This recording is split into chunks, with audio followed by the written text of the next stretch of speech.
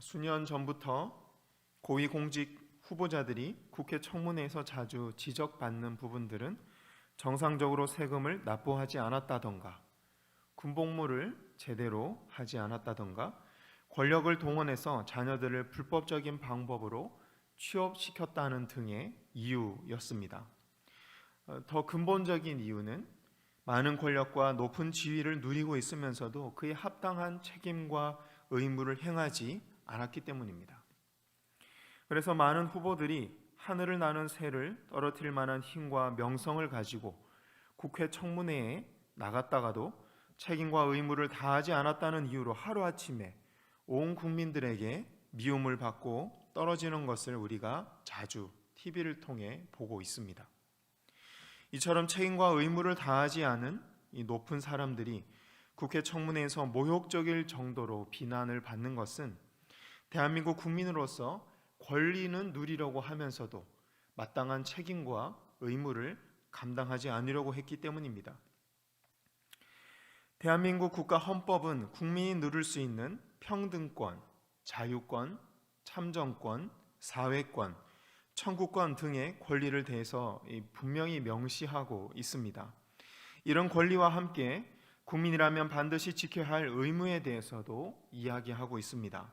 국방의 의무, 교육의 의무, 근로의 의무, 납세의 의무, 환경 보전의 의무가 그것입니다. 한 나라의 국민으로 속해 있는 사람은 한 사람의 국민으로서 누릴 수 있는 권리와 마땅히 감당해야 할 의무를 동시에 가지게 되는 것입니다. 하나님의 나라도 마찬가지입니다. 하나님의 나라에 속한 성도는 그분의 백성으로서 십자가의 은혜와 구원을 받아 누릴 권리가 있습니다. 동시에 성도라는 이름에 걸맞게 말씀에 순종하는 삶을 살아내야 할 의무와 책임을 부여받게 됩니다. 그 과정에서 성도 개인은 하나님의 백성답게 거룩하게 변화되고 하나님의 형상을 닮아가는 존재로 날마다 변화되어 가는 것입니다. 하나님의 베푸신 은혜를 누릴 권리와 함께 은혜를 입은 자답게 거룩한 삶을 살아내야 할 의무를 부여받게 되는 것이죠. 만약 우리가 은혜만 받아 누리고 의무를 다하지 않는 성도가 된다면 세상으로부터 우리만 비난을 받는 것이 아니라 교회와 우리가 그 사랑하고 아끼는 복음까지 비난받게 될 것입니다. 한 나라의 국민으로서 권리는 누리면서도 의무를 다하지 않는 사람이 이 국회 청문회에서 비난받고 쫓겨나는 것처럼 하나님 나라에 속한 성도로서 권리는 누리고 의무는 다하지 않는다면 같은 신세를 면하기 어려운 것이죠. 오늘 본문에는 하나님의 백성으로서 권리는 누리려고 하면서 의무는 피하려고 했던 이 요셉 지파가 등장하고 있습니다.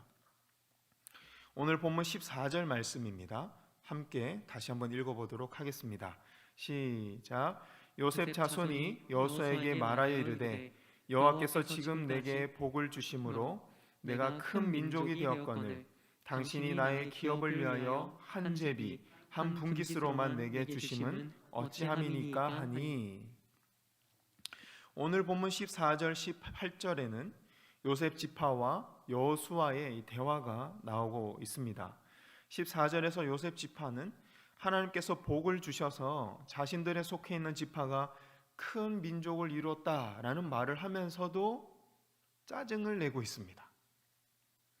내가 큰 민족이 되었거늘 당신이 나의 기업을 위하여 한 제비 한 분깃만으로 내게 주심은 어찌미니까 불공평합니다 라고 이야기하고 있죠.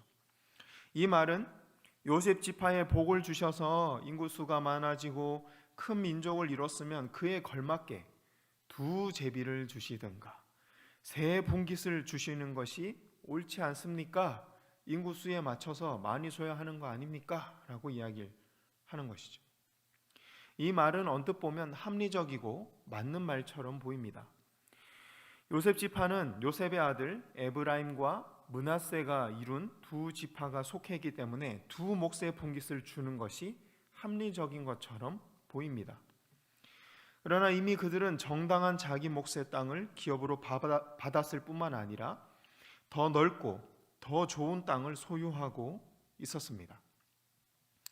땅 분배는 기본적으로 제비뽑기로 진행되었고 하나님의 섭리 아래서 각 지파가 가지고 있는 인구수에 맞춰서 적당한 땅이 분배되었습니다. 이 원리에 따라서 에브라임 지파와 므낫세 지파도 인구수에 맞게 땅을 분배받았죠. 또 야곱을 통해서 예언하신 대로 에브라임과 므낫세 지파는 이스라엘 지역의 한가운데 가장 비옥한 땅을 분배받았습니다. 지도를 펼쳐보시면 주변에 다른 지파들이 이렇게 빙 둘러서 있고 한가운데 에브라임 므낫세 지파가 있는 것을 확인할 수 있습니다. 게다가 므낫세 지파의 경우 요단강 서쪽에 대부분의 지파들이 서쪽에 분배를 받았거든요. 서쪽에만 땅이 있었어요. 근데 요단강 동쪽에도 이 므낫세는 이 땅을 또 분배받았습니다. 바산 지역을 분배받았습니다. 덤으로. 이 바산 지역은 목초지가 많아서 목축업이 성행했고 곡창지대로도 유명했습니다. 이처럼 요셉 지파에 속해 있는 에브라임 지파는 이스라엘에서 가장 노른자 땅을 차지했습니다. 또 므낫세 지파는 분배받은 땅 외에도 더 넓은 땅을 차지하고 있었습니다. 그러므로 지금 요셉 지파가 여호수아에게 찾아와서 왜 우리에게 한 분기세 땅만 줬냐고 따지는 것은 이치에 맞지 않습니다. 이것은 요셉 지파가 큰 민족을 이루고 더 많은 땅을 기업으로 차지하게 하신 하나님의 축복에 감사하지 못하는 죄이고 탐욕입니다. 이제 요셉 지파의 이런 불평에 대해서 여호수아는 다음과 같이 권면하고 있습니다. 15절 말씀 함께 봅니다. 시작.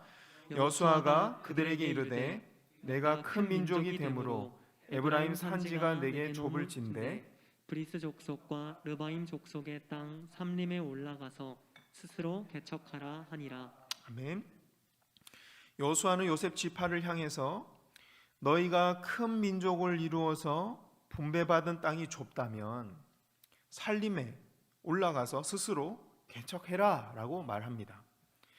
지난 시간에 여호수아 16장에서 살펴봤다시피 여호수아서에서 제비뽑기를 통한 땅 분배는 하나님의 주권과 하나님의 섭리를 이 세상에 나타내는 도구였습니다. 구약시대에요.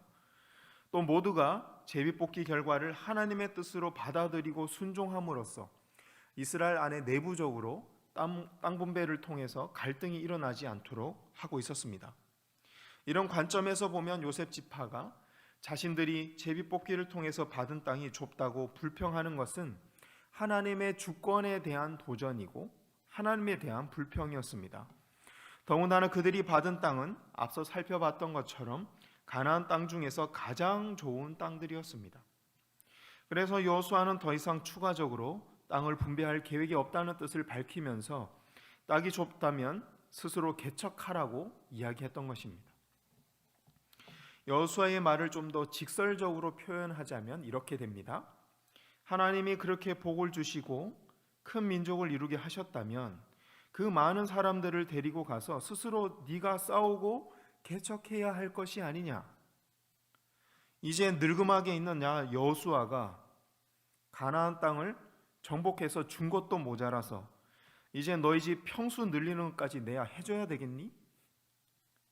하나님의 주권에 순종하고 하나님이 주신 복에 감사하며 자기 문제는 스스로 해결하는 성숙한 그리스도인이 되려무나 라고 여호수아가 권면하고 있는 것입니다. 하지만 여호수아의 이 권면을 들은 요셉 지파는 다음과 같이 핑계를 댑니다. 16절 말씀 같이 읽습니다. 시작. 요셉 자손이 이르되 그 산지는 우리에게 넉넉하지도 못하고 골짜기 땅에 거주하는 모든 가나안 족속에게는 베스안과 그 마을들에 거주하는 자이든지 이스라엘 골짜기에 거주하는 자이든지 다 철병거가 있나이다 하니. 요셉 지파는 다시 한번 우리가 머물고 있는 이 산지가 좁고 넉넉하지 못하다고 다시 한번 불평합니다. 그리고 다른 땅을 더 점령하고 싶지만 가나안 족속에게는 철병거가 있어서 점령할 수 없다고 핑계대고 있습니다. 므낫세 지파가 분배받은 그 땅의 북쪽 경계를 보면 베스안이 점령하고 있었습니다. 베스안이라는 나라에는 철병거가 있었습니다. 또 산으로 올라가서 이스라엘 골짜기를 정복하려고 해도 거기 민족도 이 철병거를 가지고 있었다라고 말하고 있습니다. 오늘날 탱크나 전차처럼 적군을 밀고 나가는 데 사용됐던 철병거는 기계가 아니라 말이 끌어야 했기 때문에 가볍게 만들어져야 했습니다. 또 적군들 사이를 헤집고 다닐 때 큰 충격을 주고 또한 상처를 주기 위해서 날카롭고 튼튼할 필요가 있었습니다. 그래서 철병거는 만들 때 속은 나무로 만들고 겉은 철로 이렇게 감싸거나 아니면 뾰족한 이 칼 같은 거를 부착시켰습니다. 그 상태로 말을 몰아서 적진을 휩쓸면 많은 사람들을 한 번에 상처 입히고 죽일 수 있는 무기였습니다. 이 무기, 철병거를 평지에서 만난다면 도무지 이길 방법이 없었습니다. 당시에는 평지에서 천하무적인 무기였던 것이죠. 하지만 철병거는 평지에 비해서 산악 지형에서는 큰 위력을 발휘하기 힘들었습니다. 길이 울퉁불퉁했기 때문에 속도를 내기 어려웠고 적들이 이 철병거를 피해서 숲이나 바위 틈으로 숨어 들어가 버리면 이 아무런 소용이 없어지는 것이죠. 이스라엘 지도를 보면 요셉 지파가 분배받은 땅이 바로 그런 산지였습니다. 그래서 가나안 사람들이 철병거를 가지고 있어도 그동안 쉽게 쳐들어오지 못했던 것이죠. 철병거에 대해서 이렇게 설명을 드린 이유는 요셉 지파가 마음만 먹으면 충분히 철병거에 맞서 싸울 만한 지혜와 경험이 있었다는 것을 말씀드리고 싶어서입니다. 요셉 지파는 그동안 철병거와 싸웠던 경험과 지리적인 이점을 살린다면 충분히 맞서서 싸울 수 있었습니다. 문제는 요셉 지파가 가나안 사람들과 싸울 의지가 없었다는 점과 다른 사람, 즉 여호수아의 힘을 빌려서 그 땅을 차지하려고 했다는 점입니다. 이것은 요셉 지파가 삶을 살아가는 방식에 있어서 큰 문제가 있었다는 것을 말해줍니다. 16절 말씀을 여러 번 반복해서 읽다 보면 요셉 지파가 스스로 결단과 행동을 하지 않으면서 다른 사람을 말로 은근히 조종하려고 한다는 것을 우리가 확인할 수 있습니다. 16절의 내용 중에 틀린 말도 없고 나쁜 말도 없습니다. 요셉 지파가 했던 말은 우리는 인원이 너무 많아 땅이 좁습니다. 그리고 땅을 넓히자니 주변 가나안 족속들이 철병거를 가지고 있어서 어렵습니다 라는 말이었습니다. 여기에는 불평도 섞여 있지 않고 틀린 말도 없고 사실 있는 그대로를 밝히고 있습니다. 그런데 이 문제를 스스로 어떻게 해결하겠다는 말이 없습니다. 결정적으로. 그럼 이 말을 여호수아에게 하는 의도가 무엇이겠습니까? 당신이 이 문제를 좀 고민해보고 방법을 찾아달라는 거예요. 더 정확하게는 여호수아 당신이 이스라엘 다른 지파에서 군대를 소집하고 철병거에 맞서서 대신 싸워달라는 말입니다. 요셉 지파는 은근히 말을 돌리면서 여호수아를 조종하려고 하고 있습니다. 혹시라도 여호수아가 왜 그런 말을 나한테 하는 거냐고 물어본다면 아마 이렇게 대답했을 겁니다. 다른 의도는 없고요. 그냥 그렇다고요. 정말 의도가 없었을까요? 아닙니다. 분명한 의도를 가지고 말을 했습니다.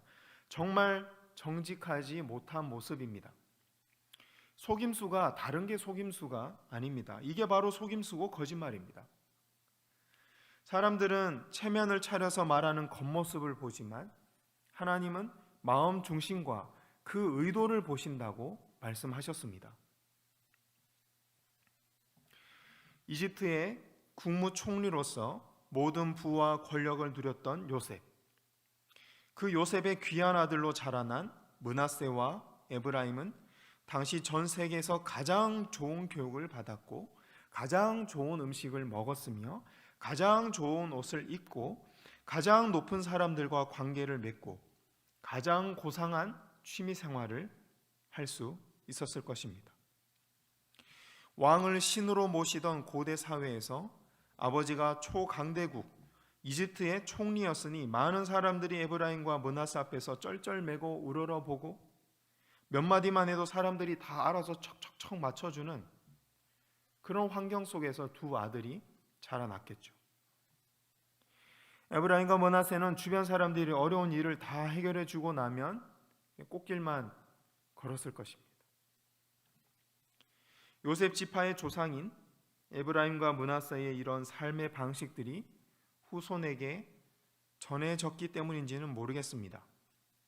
오늘 본문에 나오는 에브라임 지파와 므낫세 지파 속에도 이런 모습들이 보입니다.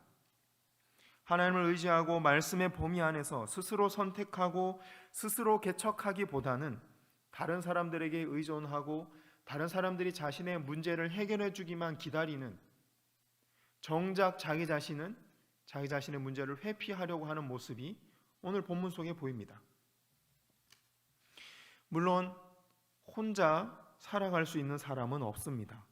서로 의존하고 도우며 살아가야 되는 것이 바로 인생이겠죠. 문제는 요셉 지파처럼 교묘한 말장난으로 다른 사람을 조종해서 철병거라는 어려운 문제를 다른 사람에게 떠넘기려 한다는 데 있습니다. 그러면서도 자신이 받아 누릴 수 있는 땅은 다 받아 누리려고 하고 있습니다. 한마디로 오늘 제목처럼 손 안 대고 코 푸는 신앙생활을 하려고 하고 있는 것이죠. 가나안 정복 전쟁은 하나님의 전쟁입니다. 이 전쟁에 참여하지 않는다는 것은 하나님의 백성이 아니라는 뜻이고 성도가 아니라는 뜻입니다. 또 이 전쟁에 참여하지 않는다는 것은 자기 몫의 기업을 받을 수 없다는 것을 의미합니다. 쉽게 말해서 더 이상 이스라엘 사람도 아니고 하나님의 백성도 아니고 가나안 땅에 들어갈 수 없으며 영적으로는 천국 백성이 아니라는 거죠. 지난 시간에 말씀을 나눴던 것처럼 하나님이 우리에게 주신 첫 번째 기업은 바로 나 자신입니다. 우리의 심령입니다. 하나님께서 하나님의 임재하시는 성전 삼겠다고 말씀하신 곳이 바로 이 심령인 것이죠. 날마다 기도하고 말씀에 순종하는 방법으로 정복하고 다스려 나가야 할 나의 심령과 쓴뿌리와 옛 사람이 바로 우리에게 주신 첫 번째 기업입니다. 이 약속의 땅을 누가 대신 정복해 줄 수가 있습니까? 내 마음과 내 심령을 누가 말씀으로 대신 다스려 주고 하나님 닮은 모습으로 변화시켜 줄 수가 있습니까? 아무도 대신해 줄 수가 없습니다. 자기 자신의 결단과 노력 없이는 절대로 자신의 옛사람을 벗어버릴 수가 없습니다. 손 안 대고 코 푸는 신앙생활은 존재하지 않는다고 오늘 성경 말씀이 우리에게 말씀하고 있는 것입니다. 우리의 구원이 그저 받은 은혜로 시작된다고 하더라도 그것을 완성해 가는 과정은 반드시 우리의 결단과 노력을 요구합니다. 그래서 성경은 구원받은 자다운 성품과 은혜를 입은 자다운 거룩한 삶을 우리에게 요구하는 것입니다. 그래서 여호수아서 오늘 본문 말씀 17절과 18절에서 다음과 같이 요셉 지파에게 권면하고 있습니다. 함께 보겠습니다. 시작. 여호수아가 다시 요셉의 족속 곧 에브라임과 므낫세에게 말하여 이르되 너는 큰 민족이요 큰 권능이 있은즉 한 분깃만 가질 것이 아니라 그 산지도 내 것이 되리니 비록 삼림이라도 내가 개척하라 그 끝까지 내 것이 되리라. 가나안 족속이 비록 철병거를 가졌고 강할지라도 네가 능히 그를 쫓아내리라 하였더라. 아멘. 여호수아의 이 말은 다음과 같은 뜻입니다. 하나님이 너희 요셉 지파가 큰 민족을 이루게 하셨단다. 이게 무슨 뜻이겠니? 하나님 너희 지파를 통해서 더 넓은 가나안 땅을 정복하기를 원하시는 거란다. 하나님은 이미 가나안 족속을 점령하고 남을 만큼 큰 권능을 너희에게 주셨단다. 비록 가나안 족속들이 철병거를 가지고 있기는 하지만 너희가 하나님을 위한 전쟁을 하고 하나님의 뜻에 순종하는 전쟁을 한다면 반드시 승리할 것이다. 여호수아가 지금 이렇게 말하고 있는 겁니다. 오늘 말씀에서 요셉 지파는 야곱의 예언을 따라서 이스라엘 민족 안에서 특별한 대우를 받고 있습니다. 특별한 축복을 받고 있습니다. 특히 가나안 지역에서 가장 좋은 땅을 받았고 큰 민족을 이룰 수 있었습니다. 다른 지파들의 부러움을 한 몸에 받을 만했습니다. 그럼에도 불구하고 요셉 지파는 감사하기는커녕 땅이 좁다고 불평을 널어놓고 있습니다. 땅이 좁다면 더 넓은 지역을 정복하라는 여호수아의 권면을 받았지만 말로 여호수아를 조종하려 했고 어려운 일은 누가 대신 해주기를 바라고 있습니다. 손 안 대고 코 푸는 신앙생활을 하려고 하고 있습니다. 하지만 말씀드렸다시피 손 안 대고 코 푸는 편한 신앙생활은 없습니다. 자기 몫에 가나안 정복 전쟁을 치르지 않고 그 전쟁에 참여하지 않는 사람은 하나님으로부터 기업을 받을 수가 없습니다. 하나님의 백성에 들어갈 수가 없고 천국에 들어갈 수가 없습니다. 더군다나 우리에게 주신 가장 첫 번째 기업인 나 자신과 속사람을 말씀에 맞춰서 변화시켜 나가는 일은 누가 대신해 줄 수도 없는 일입니다. 속사람의 변화가 없는 사람의 신앙생활에는 요셉 지파와 같은 불평과 자기 합리화와 손 안 대고 코 풀려는 신앙생활의 모습이 나타날 수밖에 없는 것입니다. 그러니까 자기 몫의 가나안 정복 전쟁을 감당하고 있는지 회피하고 있는지를 확인하는 가장 기본적인 방법은 자기 속사람의 변화가 있는가 없는가입니다. 적어도 말씀에 순종하려는 결단이 있는가 없는가입니다. 내 앞에 놓인 문제를 내가 직면하는지 회피하는지 자기 자신의 내면을 들여다보면 알 수 있는 것이죠.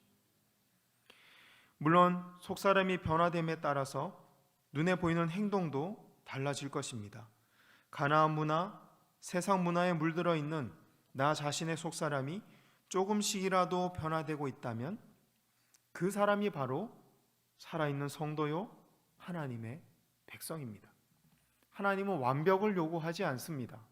결단과 순종과 이 전쟁을 시작하는 그 행동, 그것을 원하는 것이죠. 그래서 성경은 날마다 새 사람을 입어야 한다라고 우리에게 권면하고 있습니다.